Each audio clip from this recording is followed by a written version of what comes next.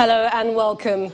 Tonight, former Governor of Lagos State, Chief Bola Tinubu, blows hot, reminds President Buhari and Vice President Osinbajo of the role he played in their coming into power.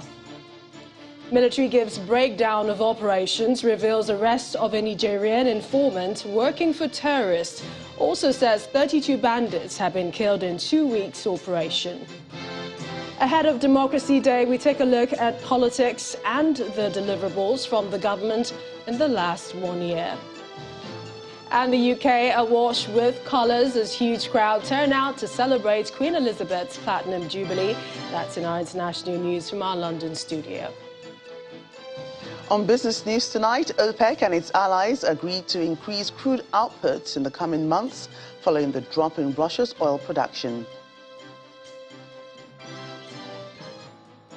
And on sports news tonight, American star Coco Gauff becomes the youngest Grand Slam finalist in 18 years at the French Open, where she faces world number 1 Iga Swiatek in Saturday's final.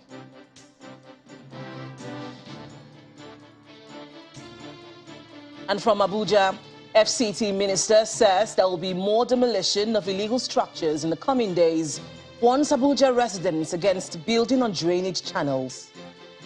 And 4 days to the All Progressives Congress presidential primary, and the battle lines appear to have been drawn. For one of the aspirants and national leader of the party, Chief Bola Tinubu, his winning the APC presidential ticket is top priority. Chief Tinubu, who appeared visibly upset during his meeting with party members and delegates in Ogun State, reminded them in Yoruba of the role he played to ensure President Buhari and Vice President Osinbajo made it to the presidential villa. Before his visit to Ogun State, Chief Tinubu had earlier visited Cross River and Oyo states in continuation of his consultations.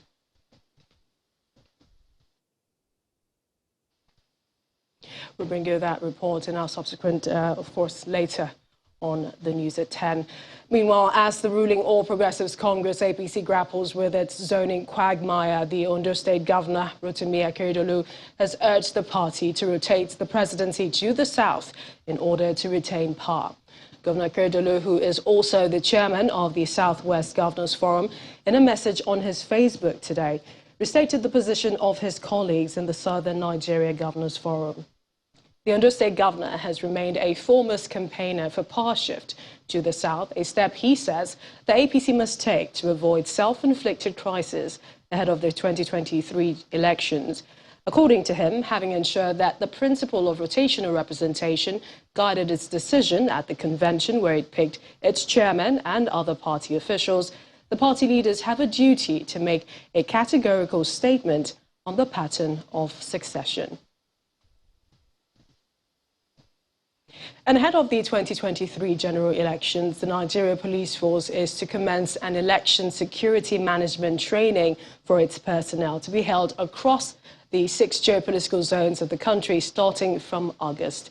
The Inspector General of Police, Mr. USMAN Alkali Baba, says appropriate frameworks have also been put in place to ensure a peaceful, secure and credible electoral process in both the Ekiti and Osun State's governorship elections. He was speaking at the launch of the Police Specialized Services Automation Project in Abuja.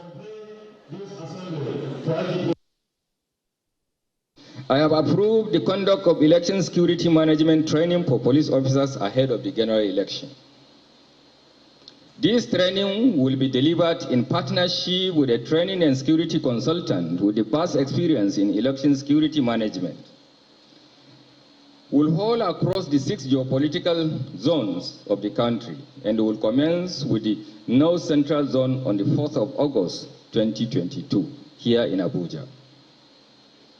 Subsequently, other geopolitical zones will host the training, which is designed as a train-the-trainer program. Aside this, I also encourage you all to sustain your synergy with the resident electoral commissioners and other sister security agencies, including the military, in your respective states towards ensuring effective coordination and guarantee the success of the entire electoral process. The Police Specialized Services Automation Project, as approved by the federal government, is intended to achieve 3 fundamental objectives. First, is to ensure the standardization of the process of offering police services. Second, to guarantee accountability in the process. And third, to act as a source of complementary revenue, which will be channeled to augment personnel welfare and at the same time flow some to the system for the purpose of enhancing our needs in terms of providing basic needs, tools for operation. Well, let's now bring you that report of our top story. The national leader of the All Progressives Congress, Chief Bola Tinubu, who says that winning the APC presidential ticket is top priority. He appeared visibly upset during this video, which you will see during his meeting with party members and delegates in Ogun State.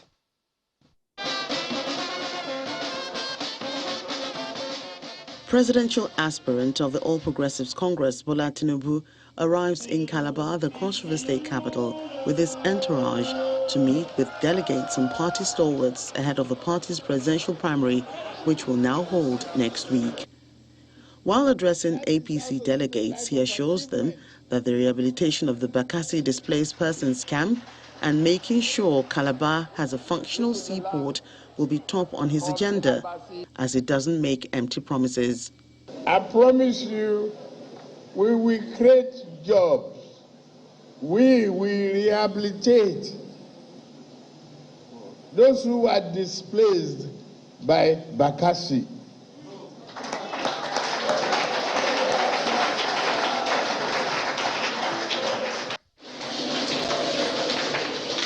He meets with Governor Ben Ayade, who is also one of the party's presidential aspirants, to ask for his support.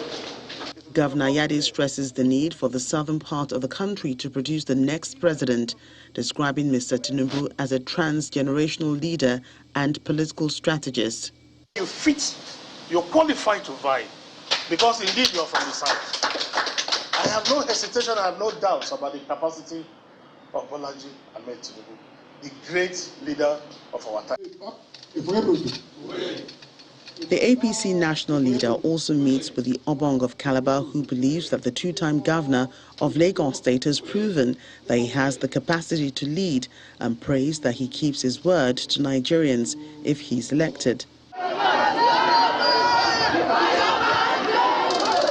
Next, Senator Bola Tinubu and members of his team, including the governors of Lagos and Kano states, meet delegates in Ibadan, the Oyo State capital, southwest Nigeria, where he called on leaders and members of the party to close ranks and ensure that all issues are settled in the shortest time possible.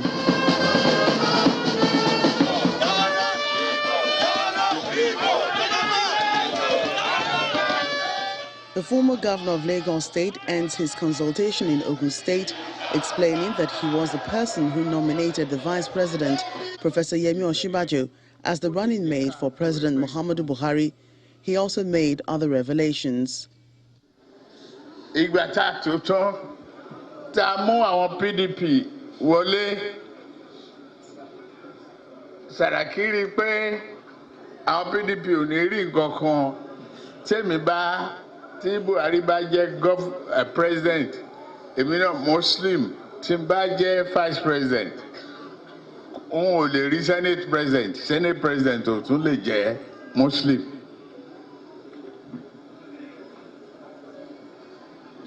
Mo ṣe bẹ̀rẹ̀ sí campaign madaru ni ẹ wá, mo léèyàn tó jẹ́ Christian, màá mú lẹ̀, ẹgbẹ́ yóò gbọ́dọ̀ fọ́, àdẹ gbọ́dọ̀ fẹ́, bí n ṣe mú ẹni tó jọmọ yín sílẹ̀ nìyẹn.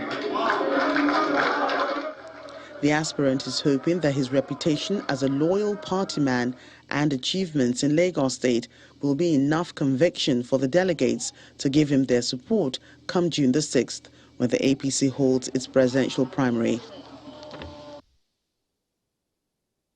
Back to security now. The military says it has arrested a foreigner, Jabe Buba, who is said to have been acting as an informant for terrorists. In addition to this breakthrough, at least 32 terrorists and bandits are said to have been neutralized in the last 2 weeks under the various operations of the military. Briefing journalists at the Defense Headquarters in Abuja, the Director of Defense Media Operations, Major General Bernard Onyuko, also said that 40 terrorists and bandits were apprehended during the period. On 22nd May, following credible information about terrorists heading towards Dampo village in Bakura local government area, troops mobilized and waited for the terrorists, where they made contact and had an ensuing battle. Troops recovered cattle from them, about 300 and a camel. Also on 21st May, following the credible report, troops arrested a notorious foreigner by name Jabe Buba, a terrorist informant at Garua village in Tambuwa local government area of Sokoto State. Some pictures were seen with him posting rifles in the forest in his phone, and a cash of 130,000 was recovered from him. Troops also conducted operational activities at Meidebinu, Mahuta, Yantumaki, Makal village in Damusa local government area. Also Batsari Road to Jibia Road in Batsari local government area. Other locations include Kauranamoda, Shinkafi, Anka in Magaza town, and Kaikaza village in Sokoto State. Troops recovered 9 AK-47 rifles, several rounds of 7.62 ammunition, 500 rusted cattle, 20 motorcycles, and rescued 152 civilians who were earlier kidnapped by terrorists. Also, 18 terrorists were neutralized and 25 of them were arrested. All arrested, rescued civilians, and recovered items have been handed over to appropriate authorities for action. In a related development, the Kaduna State Police Command says its operatives have killed 2 bandits terrorizing residents and travelers in Beningwari local government area. That's according to the state police spokesman Mohammed Jalige, who adds that the 2 bandits were killed by the personnel who repelled a kidnap operation by the bandits at Kimdi village of Beningwari local government area. He explains that several other bandits escaped with bullet wounds, while 2 AK-47 rifles were recovered by the operatives during the operation.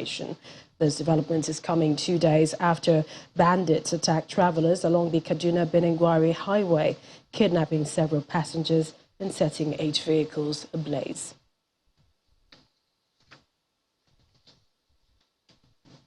In part 2, after the break, ahead of Democracy Day, we take a look at politics and the deliverables from the government in the last 1 year. Please stay with us.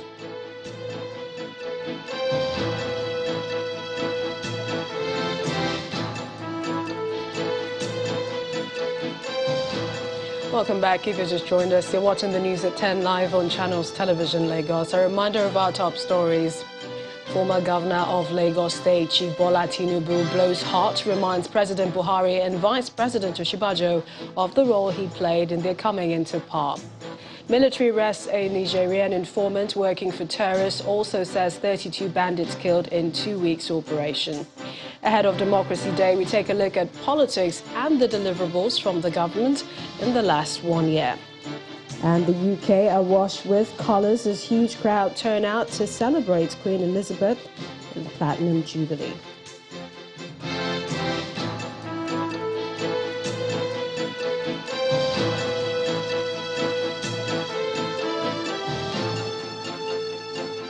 We continue with insecurity as an Islamic cleric, Sheikh Ahmad Gumi, is reiterating his call for the federal government to engage the bandits as a way of ending insecurity. Speaking in Abuja at the first interactive policy dialogue organized by the Mieti Allah Kautal Hore Fulani Socio-Cultural Association, Sheikh Gumi says banditry is a social problem that cannot be quelled through a military option. He adds that Nigerians are collectively responsible for the social problem of banditry, having neglected the nation's youth for so long. From different parts of Africa, Pastoralists converge on Abuja for the first interactive policy dialogue organized by the Mieti Alakota Hori Fulani Socio-Cultural Association. The chairman of the organizing committee kickstarts the dialogue as he reels out statistics of Fulani pastoralists displaced between 2020 to date. As at 2020, 483,000 Nigerians are displaced in the Northwest. 77,000 of them have migrated from Nigeria to Niger Republic in search of a peaceful sanctuary. A vocal Islamic cleric, Sheikh Ahmed Gumi, leads the discourse on the best approach to deal with the issue of banditry. Other speakers also weigh in on the subject, which he describes as a social menace. Let's teach morality to them. And the best way is to go to them.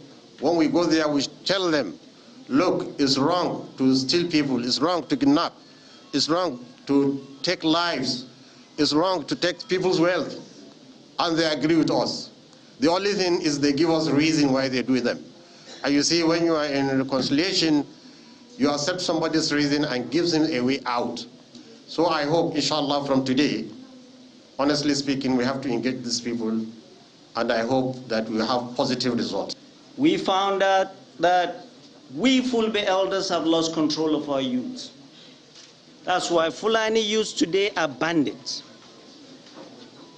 Just like Kanuri elders lost control of their youth. That's why Igbo elders have lost control of their youth. Children that were born long after the Civil War are now IPOB. They want to burn this country down. It is our duty and responsibility to all come in, is wajib, because God Almighty will ask us, what did we do when our people are going through this? For the chairman of the Progressives Governors Forum, Governor Atiku Bagude of Kebbi State, bad parenting and poor investment in youth are at the roots of banditry. One thing that one can contribute to this is underinvestment and its consequences. Because once, whether you underinvest, whether it is in education or social provision or economic empowerment opportunities, then that underinvestment will show up one day somewhere or in some behavioral forms. The two-day conference, which attracted several stakeholders, is aimed at protecting the future of Fulani pastoralists in Nigeria. And as the President Muhammadu Buhari's administration enters its final lap, the uncertainty created by not having a concrete electoral act and its long journey to the presidency continued like a recurring decimal in every sphere of the polity.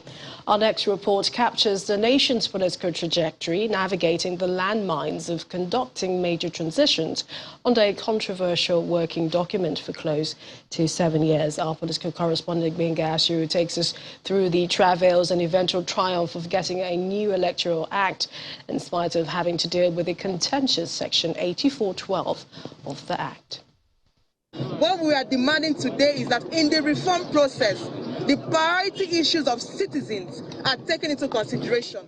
The strong wave of political uncertainty from what many describe as a flawed draft document had continued to haunt the Buhari's administration like a malignant demon since it came to power in May 29, 2015. The fairy tale isn't lost from those whom the flaws in the nation's electoral laws had left in bitter disillusion, now having to grasp the reality of a painful loss, not from the ballots, but from the courtroom. You can't dictate to people, and you said you are doing democracy. Allow them, other options. In the days to come, the constitutional deadlock continued to take its toll on almost every sphere of the polity, leaving a heavy burden on governance as crucial policy matters could only move at snail speed. You can see people are saying traditional rulers. In the coming days, the National Assembly eventually bows to the unabating agitation to also redefine the nation's terms of existence, need for true federalism and strong federating units. The structure is not a political philosophy. is to restructure to get back to federalism. From the National Assembly to the state governments, many supposedly elected positions were also declared invalid as opposition candidates got sworn in. A few of the long-drawn cases, notably, are that of the Imo State governorship petition, which the Supreme Court declared invalid, swearing in Senator Hope Uzodinma as governor from a distant fourth position. We commend the wisdom of the Supreme Court in standing by the truth. In some other states, the cloud continued to cast a gloomy outlook as a result of awaiting court rulings. Determined to make it right in the next political transition by protecting the sanctity of the ballots, the National Assembly rose in a unanimous decision and passed a resolution for a review of the 1999 draft constitution as amended, while the Electoral Act was finally assented to by the President after a long push, though not without the much controversial Section 8412 still lingering. It is incumbent on them to ensure strict compliance to the new Electoral Act by playing the game according to the rules. Even at party level, the arrangement for crucial policies like zoning continue to be shrouded in unclear terms due to lack of specific provisions of such in the country's constitution. The slow speed in addressing the nation's working documents has left the nation in a cycle of uncertainty, slow speed in governance, huge cost of litigation, unnecessary running costs resulting from wrong payments of salaries to an illegal government which may take too long to be reversed, bringing a serious mockery on the nation's democracy. Benga Ashiru, Channels Television News. Still ahead on the news at 10. OPEC and its allies agreed to increase crude output in the coming months following the drop in Russia's oil production. That's on Business News. To join us again.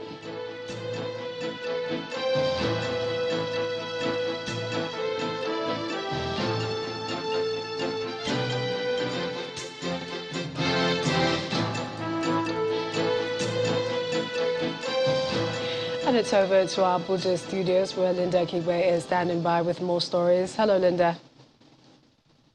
Hello, Millicent. We begin with this report from the Federal Capital Territory, where residents of districts in Abuja without basic infrastructure may have cause to smile soon. This is because the Minister of the FCT is promising to begin interventions in areas such as Durumi and Mabushi by upgrading their infrastructure, but that would involve demolition of illegal structures.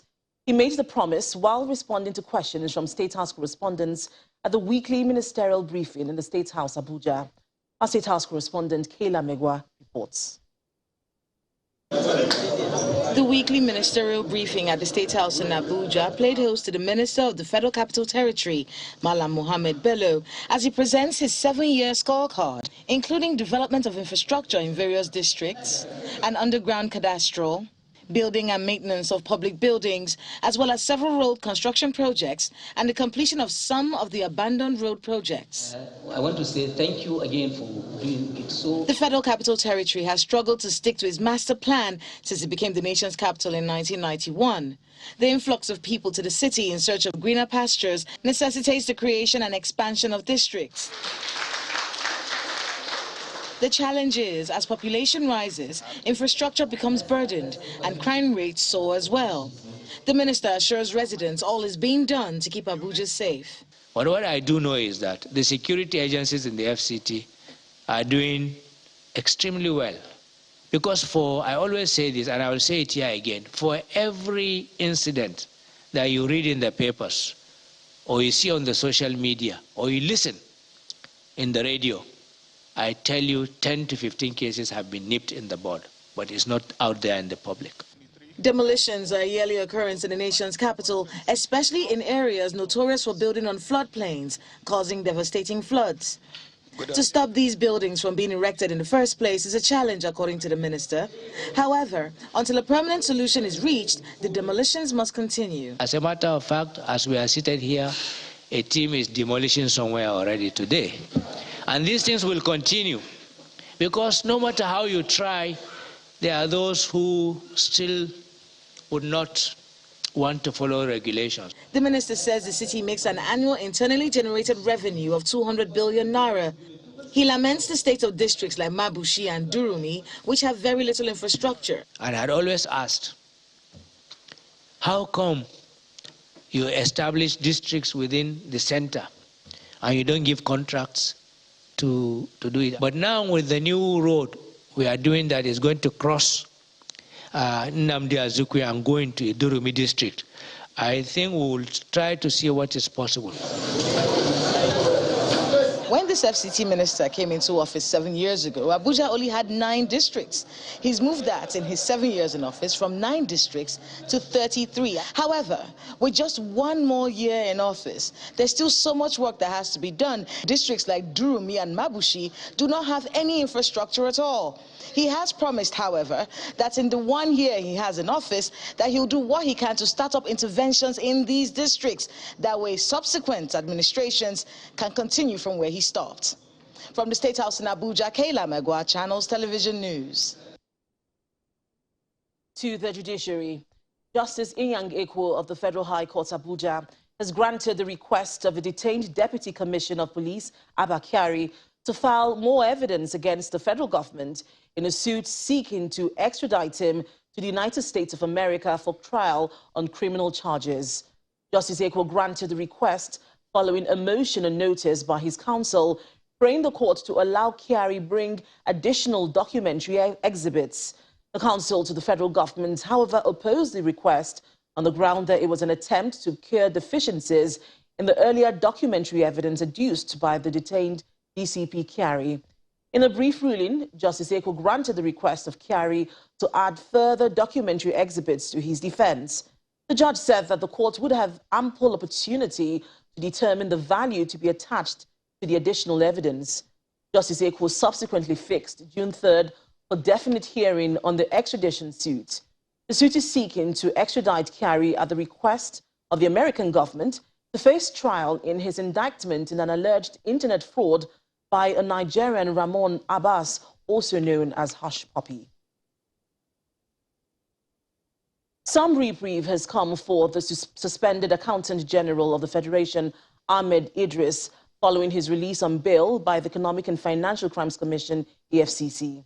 EFCC spokesperson Wilson Uwajiran confirmed the latest development to Channels Television. The EFCC had arrested Idris on May the 16th after failing to honor the Commission's invitations to respond to questions involving 80 billion naira fraud. After his arrest, he was suspended by the Minister of Finance, Zainab Ahmed, a move she explained was necessitated by the need to allow for proper and unhindered investigation into the serious allegations. And that's all from Abuja. Back to you, Millicent. Thanks, Linda. And it's to education here. Nigeria may be facing many challenges at this time, but her citizens have continued to defy odds to make their mark across the world, such as the recent case of 9 Nigerian students who are the only graduates from the Master of Laws at the University of Calgary Faculty of Law in Alberta, Canada. An assistant professor in the faculty who mentored some of them says he is proud of their achievement. At first glance, this looks like a regular convocation ceremony, but if you listen attentively, you'd hear the names of 9 Nigerians being called out.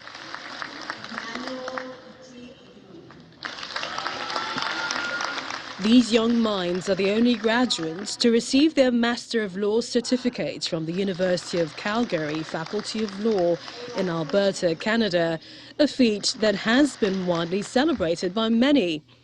On May the 30th, 2022, the Dean of the institution, Ian Holloway, had tweeted the good news on his handle celebrating the students. He also posted a list revealing the names of the graduates: Oluchi Chijioke, Mariam Lawal, Ola Eke Okoro, Torisha Mofe Mene, Emanuela Odum, Ifeoluwa Osunfisan, Ifedayo Lanikpekun, Olaiton Oyekunle and Olusegun Tokode. Channels Television reached out to 2 of the graduates, Miriam and Emanuela, who are proud to be representing the country well. it has always been a lifelong dream to do my country proud. I just never envisaged that it was going to be through this path. And it feels great to know that at the end of it all, the challenges that we may have faced in this program has actually been something that is going to be going down in record. It was a situation where we had gotten to like the end of that particular journey. And it was just a thing of pride when I looked to my right and I looked to my left, and all I could see was my people. And I'm like, yes, these people are my people. And it was a very memorable moment and something that I am extremely proud of. Gideon Christian, also a Nigerian, is an assistant professor of law at the university. He says even though a majority of the institution's LLM students are from Nigeria, this set started classes virtually during the pandemic and they still came through.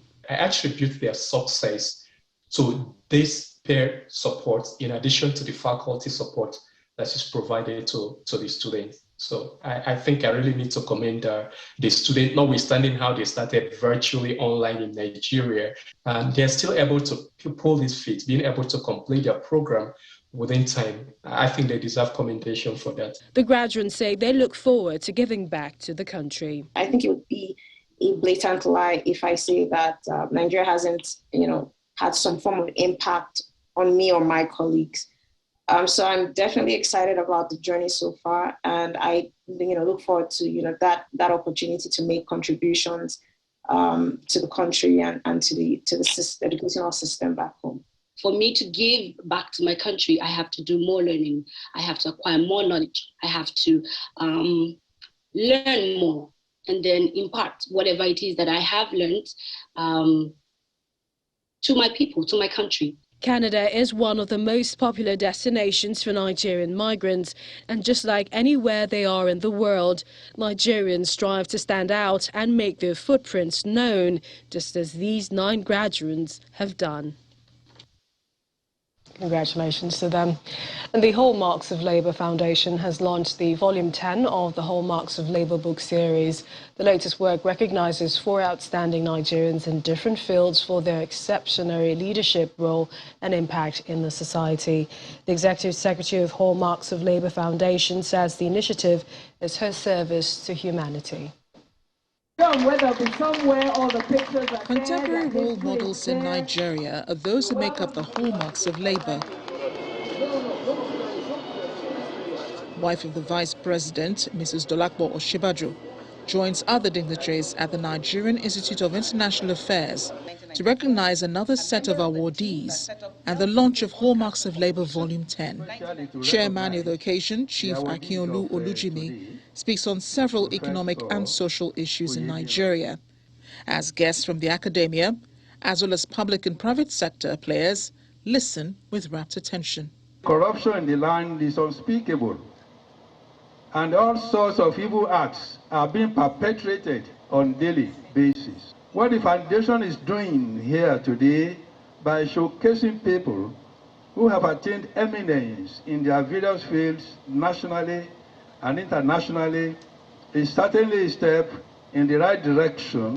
The latest book, reviewed by Professor Ibiemi Olatunji Bello, is dedicated to 4 hallmarks role models: Emeritus Professor Ladipo Banjo, Professor Alan Oyediron, Justice Issa Salami, and late Justice Adolphus Karibi White.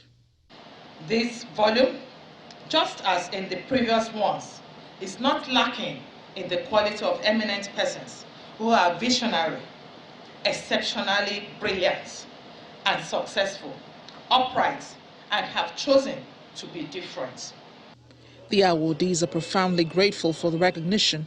I am delighted and indeed proud, if you permit my immodesty, that this honor has been bestowed on me.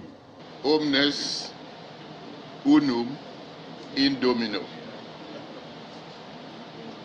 Nigeria is in need of those words now than ever before. And the wife of the Vice President believes the people being celebrated are worthy of emulation. The achievements of these role models to demonstrate to Nigerians that success through genuine labor is rewarding and fulfilling and to nurture a positive attitude among Nigerians, especially the youth. Here comes the moment, the unveiling of the Hallmarks of Labour, Volume 10. To the glory of God, I, on behalf of all of you, unveil the book. Thank you very much, sir. Patricia Otwedon Arawore is the brain behind the initiative and has kept the vision alive for 26 years. We have a lot of people in Nigeria who, by dint of hard work and moral uprightness, are able to match their counterparts anywhere in the world. My first reaction was to begin to look for these people, identify them, and show them to the younger generation. 26 years gone, the Hallmarks of Labour Foundation says it will continue to recognize Nigerians who have achieved success through hard work, honesty, and integrity in every human endeavour. It's now time for some business news. Here's Joker Rogers. Banking so easy, so simple. Dial *894# now to experience it. You first, First Bank.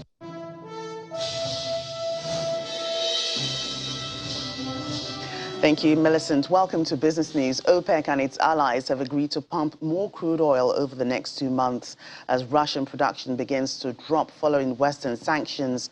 The oil exporters cartel today announced that it would increase supply by 648,000 barrels per day in July and August, 200,000 barrels more than a supply agreement reached with other producers, including Russia, known as OPEC+.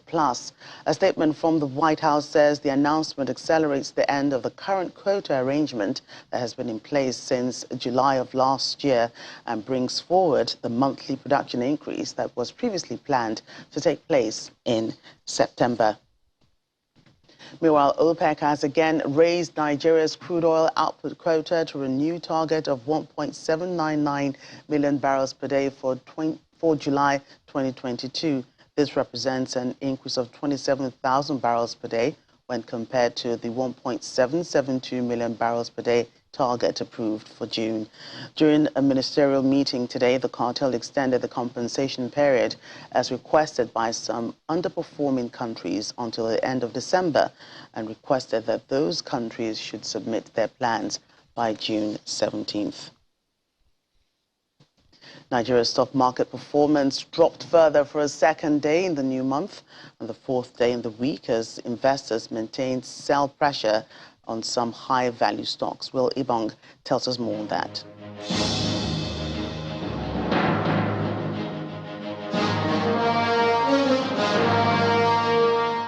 Hello and welcome to the Stock Market Report.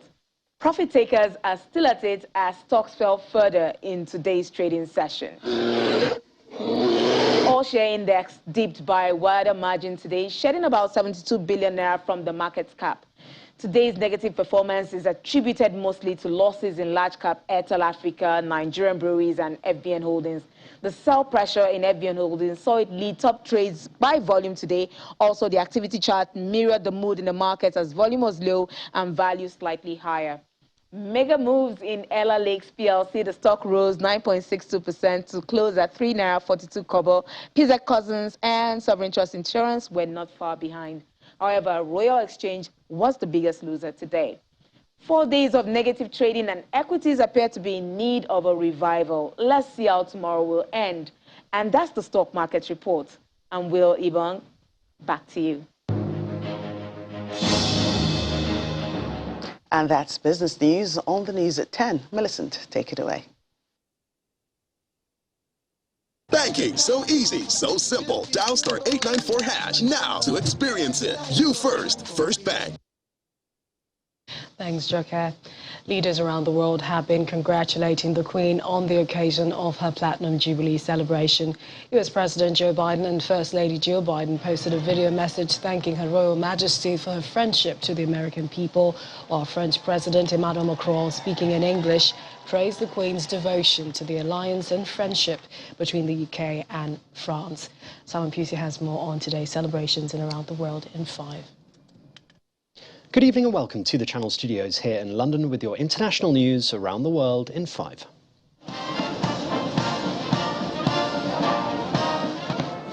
The first day of celebrations for the Queen's Platinum Jubilee has begun, starting with the trooping of the Colour Military Parade. More than 1,200 soldiers took part in the march, along with military bands, which has been held for more than 260 years. Royals arrived at the ceremony and Prince Charles took the salute from guardsmen and officers in the monarch's place. The Queen made an appearance with other members of the royal family on Buckingham Palace's balcony as RAF jets flew overhead. In New Zealand's capital, a beacon was lit to celebrate the Queen's Jubilee. The beacon was lit by Wellington Mayor Andy Foster and former Governor-General on Mount Victoria, overlooking the capital city. The lighting was performed by a performance by the New Zealand Supertonic and Pacific Connection choirs, singing a song written for the occasion. The Prime Minister of Luxembourg has said Hungarian objections, which are holding up the adoption of the EU's latest sanctions package, are unacceptable.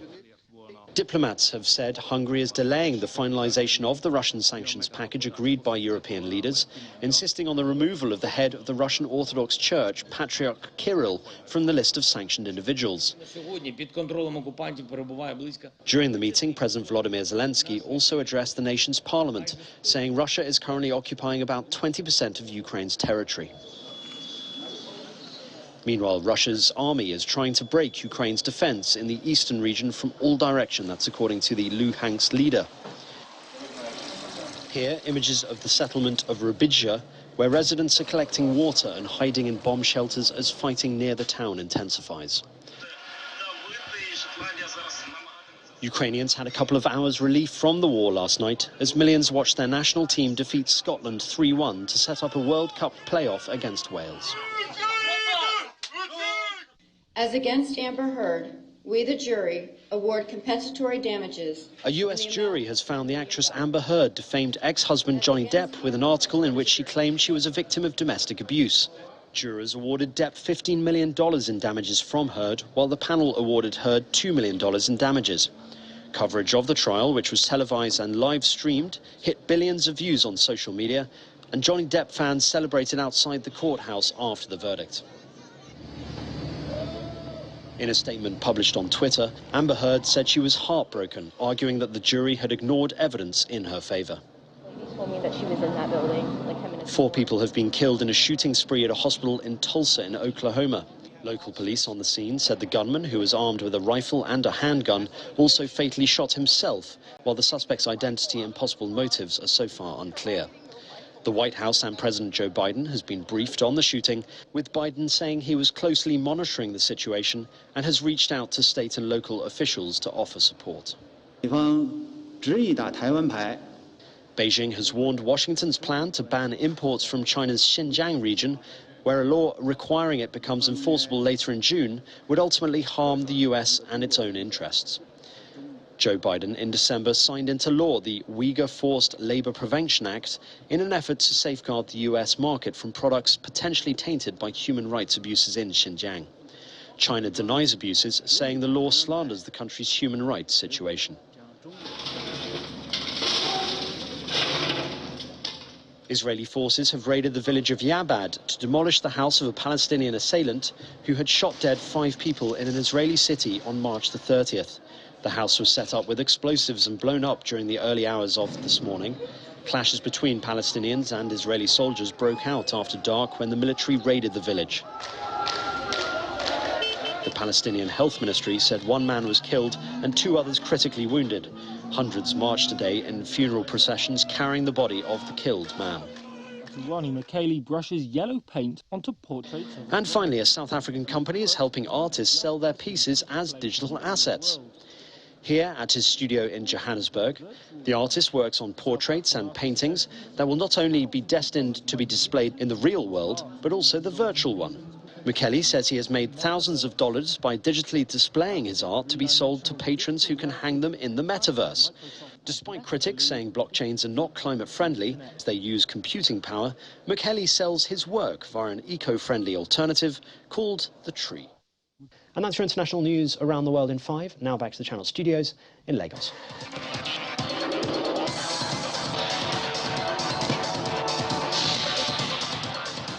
The Ministry of Youth and Sports Development has commended host Delta on their readiness to host the 2022 National Sports Festival in November. The permanent secretary of the ministry, Ismail Abubakar, who also serves as the secretary of the main organizing committee of the NSF, led a team from the ministry on facility inspection tour in Asaba, the Delta state capital. Mr. Abubakar says the state of work done at the facility visited indicates the state government's commitment to hosting a befitting national sports festival later in the year. And the Tigress of Nigeria have been replaced at the 2022 FIBA Women's Basketball World Cup after the federal government withdrew all Nigeria teams from international competitions. The Tigress had qualified for the World Cup billed for Sydney, Australia, starting in September 2022 after defeating France and Mali in the final qualifying tournament.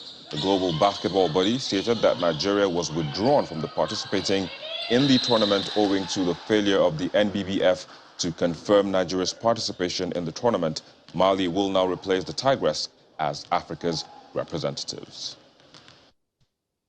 And that's it on Sports News. I'm Victor Matthias. Thank you for watching. It's back to Millicent.